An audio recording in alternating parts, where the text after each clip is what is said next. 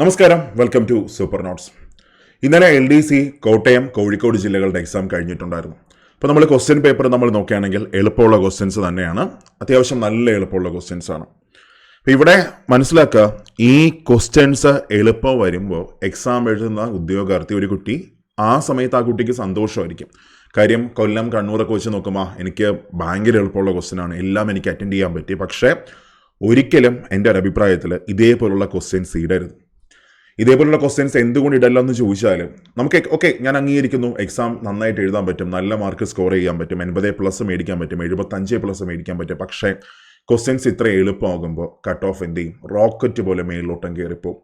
നിങ്ങൾ കഴിഞ്ഞ ഒരു 2 വർഷത്തെ ക്വസ്റ്റ്യൻ പാറ്റേൺ നിങ്ങളൊന്ന് ശ്രദ്ധിക്കുകയാണെങ്കിൽ നിങ്ങൾക്കത് നന്നായിട്ട് മനസ്സിലാവും. അതായത് ഒരു എക്സാം പാടാണെങ്കിൽ ഇച്ചിരി ഒന്ന് പാടാക്കിയാലും മതി, കുഴപ്പമൊന്നുമില്ല, കട്ട് ഓഫ് എന്ത് ചെയ്യും? നല്ലോണം താഴേക്ക് വരും. കഴിഞ്ഞ ഡിഗ്രി പ്രിലിംസിൻ്റെ ക്വസ്റ്റ്യൻ പേപ്പറിൽ നോക്കുക, ഡിഗ്രി മെയിൻസിൻ്റെ ക്വസ്റ്റ്യൻ പേപ്പറിൽ നോക്കുക. ഇനിയിപ്പോൾ കഴിഞ്ഞ LDC കൊല്ലം കണ്ണൂർ നോക്കുകയാണെങ്കിൽ മാക്സിമം എഴുതി വെച്ചോ കട്ട് ഓഫ് ഒരു 50, 57 ആ റേഞ്ചൊക്കെ മാത്രമേ എന്ത് ചെയ്യത്തുള്ളൂ, വരത്തുള്ളൂ.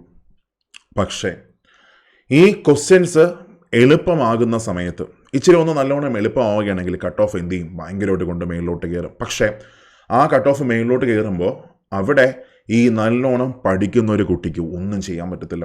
ആ കുട്ടി ഇത്രയും കാലം പഠിച്ചിട്ട് പോയതിനൊന്നും ഒരർത്ഥവും അവിടെ കാണത്തില്ല. എന്ന് വെച്ചാൽ ഇപ്പോൾ നിങ്ങളൊന്ന് ആലോചിച്ച് നോക്കിയേ, എല്ലാവർക്കും എഴുതാൻ പറ്റുന്ന സിമ്പിളായിട്ടുള്ള ക്വസ്റ്റ്യൻസ്. അങ്ങനെയാണെങ്കിൽ ആ കുട്ടി എന്തിനു വേണ്ടി 1 വർഷം മാറ്റി വെച്ച് ഈ ഉള്ള സിലബസ് മൊത്തം നോക്കി എല്ലാം കുത്തിയിരുന്ന് പഠിച്ച് ഇത്രയും സൂപ്പറായിട്ടുള്ള ഇത്രയും പാടുള്ള ക്വസ്റ്റ്യൻസ് മൊത്തം പ്രാക്ടീസ് ചെയ്ത് അവിടെ പോയി ഇരിക്കുമ്പോൾ ആ കുട്ടിയെ കളിയാക്കുന്ന പോലെയാണ് എന്ത് ചെയ്യുന്നത്? PSC ക്വസ്റ്റ്യൻ ഇടുന്നത്. അതായത് ഇപ്പോൾ നോക്കുക, ഓരോ 14 ജില്ലകളിൽ എക്സാം നടക്കുന്നു, ഘട്ടങ്ങളായിട്ട് എക്സാം നടക്കുന്നു. ഒരു ജില്ലയുടെ ക്വസ്റ്റ്യൻസിൻ്റെ നിലവാരം അങ്ങ് മേളിൽ റോക്കറ്റ് ആണെങ്കിൽ താഴെ മറ്റൊരു ജില്ല ആകുമ്പോൾ എന്താണ് കൊണ്ട് മാക്സിമം എളുപ്പമാക്കാൻ ഒരു LGS ലെവലിലെ ക്വസ്റ്റ്യൻ അങ്ങ് ആക്കുകയാണ്. അപ്പോൾ ഞാൻ ഈ പറയുന്നതിനോട് നിങ്ങൾക്ക് വിയോജിപ്പുണ്ടാവും, ഉറപ്പാണ് ഞാൻ യോജിക്കുന്നു. എന്ന് വെച്ചാൽ ഇപ്പോൾ നമ്മൾ എഴുതിയ ഒരു ജില്ലയുടെ പരീക്ഷ ഭയങ്കര എളുപ്പമെന്ന് പറയുമ്പോൾ സ്വാഭാവികമായിട്ടും നമുക്ക് എന്ത് ചെയ്യത്തില്ല, പെട്ടെന്ന് ഇഷ്ടപ്പെടത്തില്ല. അപ്പോൾ എല്ലാവരും പറയും എക്സാം സെൻറ്ററിൽ പോയിരുന്ന് എക്സാം എഴുതി നോക്കണം, അപ്പോഴേ അതിൻ്റെ പാടറിയോ. പുറത്തു നോക്കുമ്പോൾ എല്ലാവർക്കും പറയാൻ പറ്റും. ഞാൻ 100% അതിനോട് യോജിക്കുന്നു. എക്സാം സെൻറ്ററിൽ നമ്മൾ പോയിരുന്ന എക്സാം എഴുതുമ്പോൾ അവിടെ ഉറപ്പായിട്ട് നമുക്ക് പുറത്ത് നോക്കുന്നതിനേക്കാളും ഒരു 5-6 മാർക്ക് നമുക്കവിടെ കുറച്ച് എന്ത് ചെയ്യത്തുള്ളൂ, കിട്ടത്തുള്ളൂ.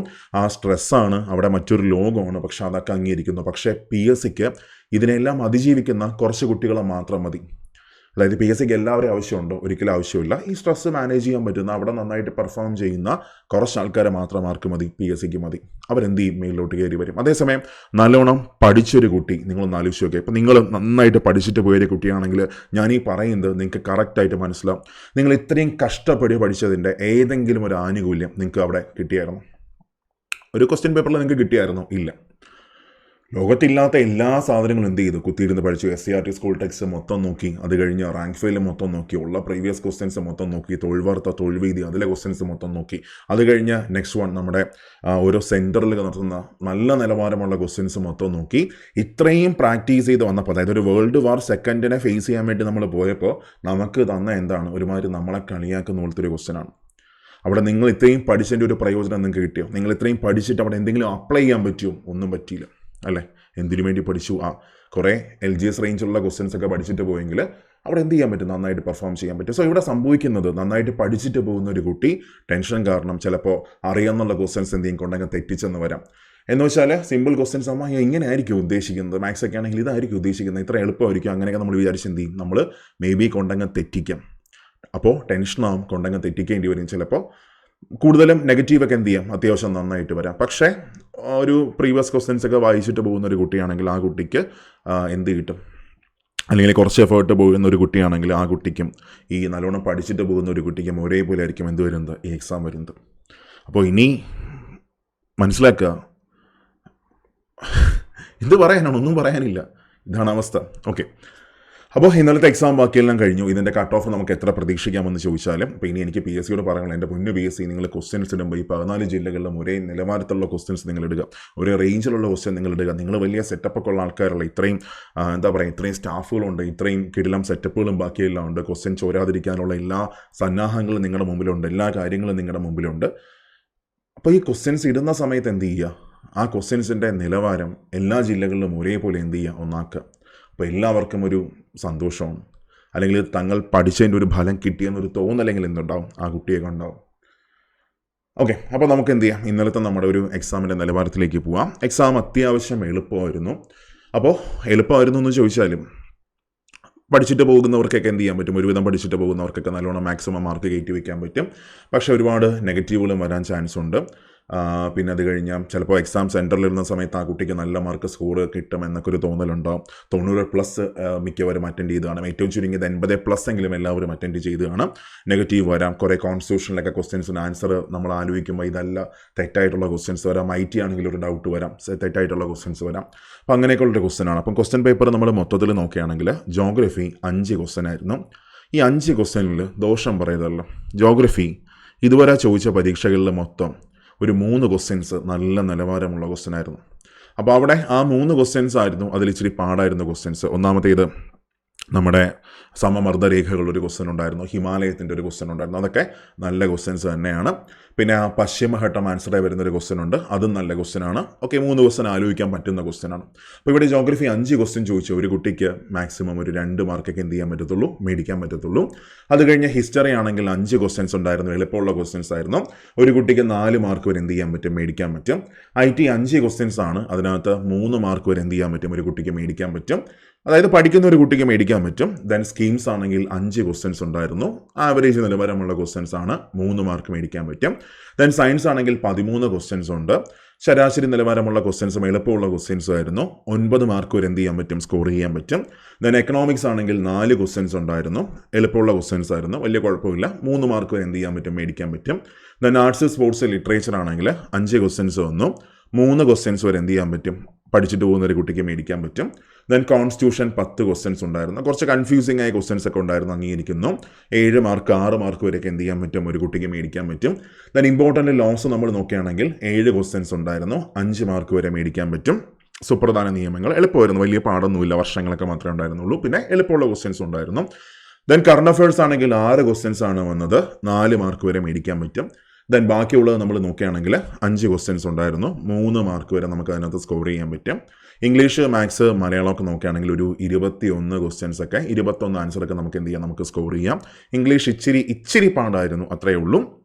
അപ്പോൾ അവിടെ ഒരു 21 മാർക്ക് നമുക്ക് എന്ത് ചെയ്യാം, അതിനകത്ത് സ്കോർ ചെയ്യാം. സോ ഇവിടെ നമ്മൾ നോക്കുകയാണെങ്കിൽ 2, 4, 6, 6, 3, 9, 9, 3, 12, 12, 9, 21, 21, 3, 24, 24, 27, 27, 34, 39, 39, 4, 43, 43, 46. ഓക്കെ, അപ്പോൾ ഇവിടെ 46 മാർക്കും ഒരു 21 മാർക്കും. സോ എത്ര മാർക്കായി, 67 മാർക്ക് വരെ ഒരു കുട്ടിക്ക് എന്ത് ചെയ്യാൻ പറ്റും, സ്കോർ ചെയ്യാൻ പറ്റാവുന്ന ഒരു എക്സാം തന്നെയാണിത്. ഓക്കെ, 67, ചിലപ്പോൾ ഇംഗ്ലീഷ്, മാത്സ്, മലയാളം 22 എന്ത് ചെയ്യാം, സുഖമായിട്ട് മേടിക്കാനൊന്ന് കുറച്ചെന്നേ ഉള്ളൂ. അപ്പോൾ ടോട്ടൽ നമ്മൾ നോക്കുകയാണെങ്കിൽ എൻ്റെ ഒരു ഉദ്ദേശം ശരിയാണെങ്കിൽ ഒരു 67-നും ഒരു 72-നും ഇടയ്ക്കുള്ള ഒരു കട്ട് ഓഫ് ആയിരിക്കും എന്ത് ചെയ്യാൻ പോകുന്നത്, വരാൻ പോകുന്നത്. ഇനി ഡിലീഷനൊക്കെ വന്നതിന് ശേഷം മാത്രമേ നമുക്ക് എന്ത് ചെയ്യാൻ പറ്റത്തുള്ളൂ, അറിയാൻ പറ്റത്തുള്ളൂ. അപ്പോൾ ഒരു 70+ മാർക്ക് കട്ട് ഓഫ് വന്നാലും അതിശയപ്പെടാനൊന്നുമില്ല. കാരണം അങ്ങനെയാണ്, കോമ്പറ്റീഷൻ പിള്ളേർ എന്ത് ചെയ്യുന്നുണ്ട്, നന്നായിട്ട് പഠിക്കുന്നുണ്ട്, നന്നായിട്ട് വർക്ക് ചെയ്യുന്നുണ്ട്. അതായത് നമ്പർ ഓഫ് ആപ്ലിക്കൻസ് കുറയുന്നുണ്ട്, ഞാൻ അംഗീകരിക്കുന്നു. പക്ഷേ ഒരു എക്സാമിന് കോമ്പറ്റീഷൻ കൊടുക്കാനായിട്ട് പഠിക്കുന്ന ഒരു 2000 പേര് മതി. ആ എക്സാം എന്ത് ചെയ്യും, നല്ലോണം കോമ്പീറ്റ് ചെയ്ത് എന്ത് ചെയ്യും, മേളിലോട്ട് പോകും. പ്രത്യേകിച്ച് കോഴിക്കോട് ജില്ലയൊക്കെ നമ്മൾ നോക്കുകയാണെങ്കിൽ എന്ത് ചെയ്യും, മേളിലോട്ട് തന്നെ നിൽക്കും. സോ നമ്പർ ഓഫ് ആപ്ലിക്കൻസ് നമ്മൾ നോക്കുകയാണെങ്കിൽ എത്ര പേരാണ് എക്സാം എഴുതിയതെന്ന് ചോദിച്ചാൽ നോക്കുക, ഇത് നമ്മുടെ എക്സാം കലണ്ടറാണ്, കൺഫർമേഷൻ വന്നതിന് ശേഷമുള്ള എക്സാം കലണ്ടർ. ഓക്കെ, അതായത് ഫസ്റ്റ് നമ്മൾ നോക്കുകയാണെങ്കിൽ ഏത് ജില്ല, ആദ്യം നമ്മുടെ കോട്ടയം ജില്ല നോക്കുകയാണെങ്കിൽ ഏതാണ്ട് 43,691 പേരാണ് കൺഫർമേഷൻ കൊടുത്തത്. അത്രയും പേരൊന്നും എക്സാം എഴുതാൻ പോയി കാണത്തില്ല. ദെൻ അത് കഴിഞ്ഞ് നെക്സ്റ്റ് വൺ കോഴിക്കോട് നോക്കുകയാണെങ്കിൽ അത്യാവശ്യം നമ്പർ കൂടുതലുണ്ട്, 96,003 പേരാണ് എക്സാമിന് കൺഫർമേഷൻ കൊടുത്തത്. ഏതാണ്ട് ഒരു 70,000 പേരൊക്കെ എന്ത് ചെയ്ത് കാണും, എക്സാം എഴുതി കാണും. ഓക്കെ, ഇനി അത് കഴിഞ്ഞ് നെക്സ്റ്റ് വൺ, ഇനി കഴിഞ്ഞ ലിസ്റ്റുകൾ നമ്മൾ നോക്കുകയാണെങ്കിൽ എത്ര പേർക്ക് വരെയൊക്കെ അഡ്വൈസ് പോകുമെന്ന് ചോദിച്ചാൽ, കഴിഞ്ഞ LDC പരീക്ഷയുടെ കട്ട് ഓഫ് വന്നിട്ട് കോട്ടയം ജില്ല കട്ട് ഓഫ് കൂടുതലായിരുന്നു, 54.67 മാർക്കാണ് കോട്ടയം ജില്ലയുടെ കട്ട് ഓഫ്. കോട്ടയം എപ്പോഴും കട്ട് ഓഫ് ഇച്ചിരി മേളിലോട്ട് വരും, 54.67 മാർക്ക്. ദെൻ അത് കഴിഞ്ഞ് നെക്സ്റ്റ് വൺ 845 പേരായിരുന്നു മെയിൻ ലിസ്റ്റിനകത്തുണ്ടായിരുന്നത്. മെയിൻ ലിസ്റ്റിനകത്ത് 845 പേര് മാത്രമേ ഉള്ളൂ. കോഴിക്കോടാണെങ്കിൽ 54.33 മാർക്കാണ് കട്ട് ഓഫ് വരുന്നത്, കഴിഞ്ഞ പരീക്ഷയ്ക്ക് കട്ട് ഓഫ് വന്നത്.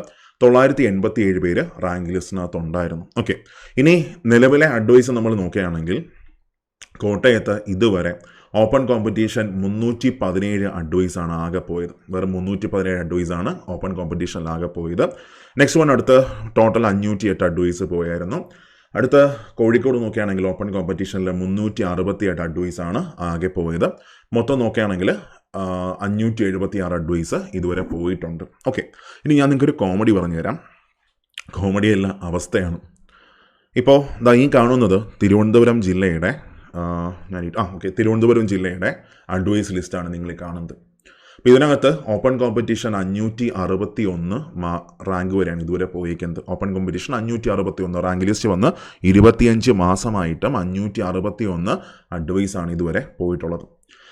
നിലവിൽ മാർക്ക് ലിസ്റ്റുള്ള ഒരേ ഒരു റാങ്ക് ലിസ്റ്റ് കഴിഞ്ഞ തിരുവനന്തപുരം LDCയുടെ റാങ്ക് ലിസ്റ്റാണ്. ഈ 561 കിട്ടിയ കുട്ടിയുടെ മാർക്ക് വന്നിട്ട് കട്ട് ഓഫിനെക്കാളും 6 മാർക്ക് കൂടുതലാണ്. അതായത് കട്ട് ഓഫ് 52.3 എങ്ങോട്ടാണ് തിരുവനന്തപുരം ജില്ലയുടെ കട്ട് ഓഫ് വന്നിരിക്കുന്നത്, 52.67.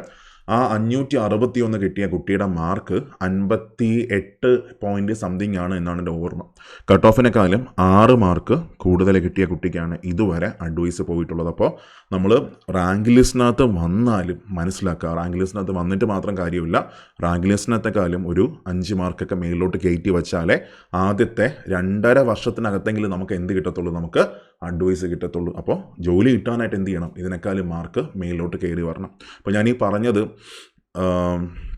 നിങ്ങളൊരിക്കലും പ്രതീക്ഷിക്കരുത് മാർക്ക്. അത് ഇതിൻ്റെ പ്രശ്നം ഞാൻ പറഞ്ഞുതരാം. അപ്പോൾ നമുക്ക് എനിക്ക് കിട്ടുമെന്ന് പറഞ്ഞിരുന്നാൽ നമ്മൾ ചിലപ്പോൾ കട്ട് ഓഫ് ഞാനിപ്പോൾ താഴെ പറയുന്നു സങ്കല്പിക്കുക, ഞാനിപ്പോൾ പറയണം 60-65 കട്ട് ഓഫ് എന്നൊക്കെ പറഞ്ഞാൽ, അപ്പോൾ ഈ 67 കിട്ടിയ കുട്ടി 68 കുട്ടിയൊക്കെ എന്ത് ചെയ്യും, ഭയങ്കരമായിട്ട് പ്രതീക്ഷ ഇരിക്കും. ബാക്കി ഒരു എക്സാമിനും എന്ത് ചെയ്യത്തില്ല, പ്രിപ്പയർ ചെയ്യത്തില്ല. ഒരു എക്സാമിനും പ്രിപ്പയർ ചെയ്യത്തില്ല. കാര്യം എന്തായാലും എൻ്റെ മനസ്സിനകത്ത് എനിക്ക് ഉറപ്പുള്ളൊരു ജോലി എനിക്ക് കിട്ടിക്കഴിഞ്ഞാൽ പിന്നെ ഞാൻ എന്തിനടുത്ത എക്സാമിന് വേണ്ടി പ്രിപ്പയർ ചെയ്യണം. ആ കുട്ടിയുടെ ഭാവി എന്ത് ചെയ്യും, പോയി കിട്ടും. കാര്യം ഇതിൻ്റെയൊക്കെ സാധനങ്ങൾ വരുമ്പോൾ, ഇതിൻ്റെയൊക്കെ ഷോർട്ട് ലിസ്റ്റ് വരുമ്പോൾ അടുത്ത വർഷമേ വരത്തുള്ളൂ. 2025 ഒരു മാർച്ച് ഏപ്രിൽ മാസമൊക്കെ ഇതിൻ്റെ ഷോർട്ട് ലിസ്റ്റ് വരത്തുള്ളൂ. റാങ്ക് ലിസ്റ്റ് വരുമ്പോൾ 2025 ഓഗസ്റ്റ് ആകും. ഒരു വർഷം എന്ത് ചെയ്യും, കഴിഞ്ഞു പോകും. അപ്പോൾ സെക്രട്ടേറിയറ്റ് അസിസ്റ്റൻ്റ് പരീക്ഷ പ്രിലിംസ് കഴിയും, ഈ 10th പ്രിലിംസിൻ്റെ എല്ലാ എക്സാംസും കഴിയും, കുറേ എക്സാംസ് അങ്ങ് പോകും. അപ്പോൾ ആ കുട്ടിക്ക് ഇതൊന്നും എന്ത് ചെയ്യാൻ പറ്റത്തില്ല, അറ്റൻഡ് ചെയ്യാൻ പറ്റത്തില്ല. ചിലപ്പോൾ നന്നായിട്ട് പെർഫോം ചെയ്യാൻ പോലും പറ്റത്തില്ല, പഠിക്കത്തില്ല. കാര്യം മനസ്സിനകത്ത് ഉറപ്പുള്ളൊരു ജോലി ഉണ്ടെന്നുള്ളൊരു ധാരണ വരും. ഓക്കെ, സോ മാർക്ക് കുറവുള്ളവർ, അങ്ങനെ ഞാൻ പറയുന്നില്ല, എല്ലാവരും എന്ത് ചെയ്യുക, അടുത്ത എക്സാംസിന് വേണ്ടി എന്ത് ചെയ്യുക, പ്രിപ്പയർ ചെയ്യുക. അടുത്ത വരാൻ പോകുന്ന 10th പ്രിലിംസ്, വരാൻ പോകുന്ന സെക്രട്ടറി അസിസ്റ്റന്റ്, വരാൻ പോകുന്ന റെയിൽവേ എക്സാംസിന് വേണ്ടി എന്ത് ചെയ്യുക, പ്രിപ്പയർ ചെയ്യുക. ജോലി ഏറ്റവും മേളിൽ മാർക്ക് വാങ്ങിച്ച് എന്ത് ചെയ്യുക, നിങ്ങൾ സ്കോർ ചെയ്യുക. സോ നമ്പർ ഓഫ് വേക്കൻസി കുറയുമ്പോൾ നമ്മൾ എന്ത് ചെയ്തേ പറ്റത്തുള്ളൂ, നമ്മൾ മേളിലോട്ട് വർക്ക് ചെയ്ത് കയറിയേ പറ്റത്തുള്ളൂ. എന്നാലേ നമുക്ക് ജോലി മേടിക്കാൻ പറ്റത്തുള്ളൂ. ജോലി മേടിക്കേണ്ടത് ആരുടെ മാത്രം ആവശ്യമാണ്, നമ്മുടെ മാത്രം ആവശ്യമാണ്. ഇപ്പോൾ ഞാൻ മുമ്പ് കട്ട് ഓഫ് പറയുന്ന വീഡിയോസിൽ ഞാൻ കട്ട് ഓഫ് എപ്പോഴും കുറച്ച് മേളിലോട്ട് നിർത്തി ഞാൻ പറയത്തുള്ളൂ. അപ്പോൾ താഴെ ഒരുപാട് കമൻറ്റ്സ് വരും, ഇത്രയൊക്കെ കട്ട് ഓഫ് പോകുമോ, ബാക്കിയുള്ള ചാനൽസിലൊക്കെ ഇത്രയല്ലേ കട്ട് ഓഫ് പറയുന്നുള്ളൂ. നിങ്ങൾ ആ യൂണിവേഴ്സിറ്റി LGS ഒക്കെ ഒന്ന് എടുത്ത് നോക്കിയാൽ മതി. അപ്പോൾ നിങ്ങൾക്കത് മനസ്സിലാവും എന്താണ് അവസ്ഥ. ഈ യൂണിവേഴ്സിറ്റി LGSനകത്ത് എല്ലാവരും പറഞ്ഞ കട്ട് ഓഫ് എന്താണ്, 70-75 അല്ലേ. അതിനകത്ത് 6 ഡിലീഷൻ ഉണ്ടായിരുന്നു. അപ്പോൾ അവർ പറഞ്ഞ കട്ട് ഓഫ് ശരിയാണെങ്കിൽ 75 6 മാർക്ക് വീണ്ടും കുറയ്ക്കണം, 64-69. എന്നിട്ട് വന്ന കട്ട് ഓഫ് എത്രയാണ്, 81 മാർക്കാണ് വന്ന കട്ട് ഓഫ്. 6 ഡിലീഷനിലും 3 ആൻസർ ചേഞ്ചിലും വന്ന കട്ട് ഓഫ് 81 മാർക്കാണ്. അപ്പോൾ ഈ കട്ട് ഓഫ് പറയുന്നത് ആരുടെയും ഈ കുറ്റമൊന്നുമില്ല. അവരിപ്പോൾ എനിക്ക് കിട്ടുന്ന ഇൻപുട്ട് വെച്ചാണ് എന്ത് ചെയ്യുന്നത്, ഞാൻ കട്ട് ഓഫ് പറയുന്നത്. ഇപ്പോൾ ഞാൻ ഇത് പറയുന്നതിന് മുമ്പായിട്ട് നമ്മുടെ അവിടുത്തെ കുറേ സ്റ്റുഡൻസിനെ വിളിച്ച് ചോദിച്ചു, അവിടെയുള്ള എക്സാം സെൻറ്ററിലെ പ്രധാനപ്പെട്ട അധ്യാപകരെ, അവിടെ നടത്തുന്ന ആൾക്കാരെ വിളിച്ച് ചോദിച്ചു, എങ്ങനെയുണ്ട് ആ മാർക്ക് കിട്ടിയ ആൾക്കാർ. 80+ ഒക്കെ മാർക്ക് കിട്ടിയ ആൾക്കാർ എന്തുണ്ട് ഇതിനകത്തുണ്ട്. പിന്നെ അത് കഴിഞ്ഞ് 75+ കിട്ടിയ ആൾക്കാരുണ്ട് ഇതിനകത്ത്, ഒത്തിരി ഉണ്ട്. പിന്നെ അത് കഴിഞ്ഞ് ഇനി അടുത്ത് ആരുടെ വരവാണ്, ഡിലീഷൻ്റെയും കൂടെ വരവാണ്.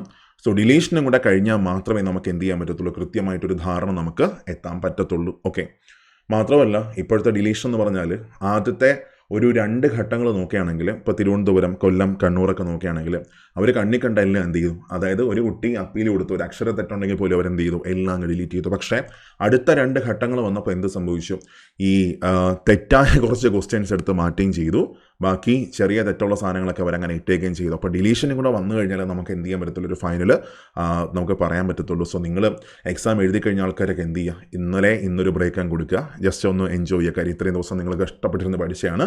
നാളെ തൊട്ട് അടുത്ത 10th പ്രിലിംസിന് വേണ്ടി എന്ത് ചെയ്യുക, കുത്തിയിരുന്നങ്ങ് പഠിക്കുക. കട്ട് ഓഫ് ഇതിനേക്കാളും കുറയണമെന്ന് തന്നെയാണ് എൻ്റെ മനസ്സിലെ ആഗ്രഹം. എല്ലാവർക്കും ജോലി കിട്ടിപ്പോണം, അതാണ് ഞാനും ആഗ്രഹിക്കുന്നത്. പക്ഷേ ഈ റേഞ്ചൊക്കെ നമുക്ക് എന്ത് ചെയ്യാം, നമുക്ക് പ്രതീക്ഷിക്കാം. എന്ന് വെച്ചാൽ ജില്ല കോഴിക്കോടും കോട്ടയൊക്കെയാണ്. ഓക്കെ, അപ്പോൾ അടുത്ത എക്സാംസിന് വേണ്ടി എന്ത് ചെയ്യുക, എല്ലാവരും പ്രിപ്പയർ ചെയ്യുക. പിന്നെ കട്ട് ഓഫിൻ്റെ കാര്യം ഒരു 5 മാർക്കെങ്കിലും മേളിലോട്ട് കയറ്റി വെച്ചാലേ നമുക്ക് ആദ്യത്തെ ഒരു 2.5 വർഷത്തിനകത്തെങ്കിലും നമുക്ക് എന്ത് കിട്ടത്തുള്ളൂ, 2 വർഷത്തിനകത്തെങ്കിലും നമുക്ക് ജോലി കിട്ടത്തുള്ളൂ. അപ്പോൾ അടുത്ത എക്സാംസിന് ഇതൊരു പാഠമാക്കുക. എന്നിട്ട് എന്ത് ചെയ്യുക, കയറിയിരുന്നങ്ങ് കുത്തിയിരുന്നങ്ങ് വർക്ക് ചെയ്യുക. കാര്യം ഈ പഠിച്ച സെയിം സാധനം തന്നെയാണ് വരാൻ പോകുന്ന എല്ലാ എക്സാംസിനും ഉള്ളത്. സോ നിങ്ങൾ സെറ്റാണ്. കുറച്ചും കൂടെ എന്ത് ചെയ്താൽ മതി, ഒന്ന് റിഫൈൻഡ് ആയാൽ മതി. അങ്ങനെ കുറച്ചും കൂടെ ഒന്ന് പ്രാക്ടീസ് ചെയ്താൽ മതി. റിഫൈൻഡ് ആയെന്ന് പറയുന്നില്ല, കുറച്ചും കൂടെ ക്വസ്റ്റ്യൻസ് പ്രാക്ടീസ് ചെയ്ത് റേഞ്ച് മേളിലോട്ട് കയറ്റി എന്ത് ചെയ്യുക, അങ്ങ് കൊണ്ടുപോവുക. കാര്യം ഞാൻ പറയുന്ന പോലെ ജോലി കിട്ടേണ്ട ആവശ്യം ആർക്ക് മാത്രമാണ്, നമുക്ക് മാത്രമാണ്. സോ നമ്മൾ മാത്രം വർക്ക് ചെയ്താലേ നമുക്ക് എന്ത് ചെയ്യാൻ പറ്റത്തുള്ളൂ, നല്ല റിസൾട്ട് നമുക്ക് ഉണ്ടാക്കാൻ പറ്റത്തുള്ളൂ. സോ മറ്റൊരു സെഷനിൽ നമുക്ക് കാണാം. പിന്നെ പറ്റുകയാണെങ്കിൽ എന്ത് ചെയ്യുക, ഒന്ന് സബ്സ്ക്രൈബ് ചെയ്തേക്കുക. എടാ കട്ട് ഓഫ് കൂടുതലാണെന്ന് പറഞ്ഞിട്ട് താഴെ വന്ന് പറയരുത്. ഇതൊക്കെയാണ് ഇപ്പോഴത്തെ അവസ്ഥ കേട്ടോ. ശരി, അപ്പോൾ നമുക്ക് മറ്റൊരു സെഷനിൽ കാണാം. Thank you. ബൈ.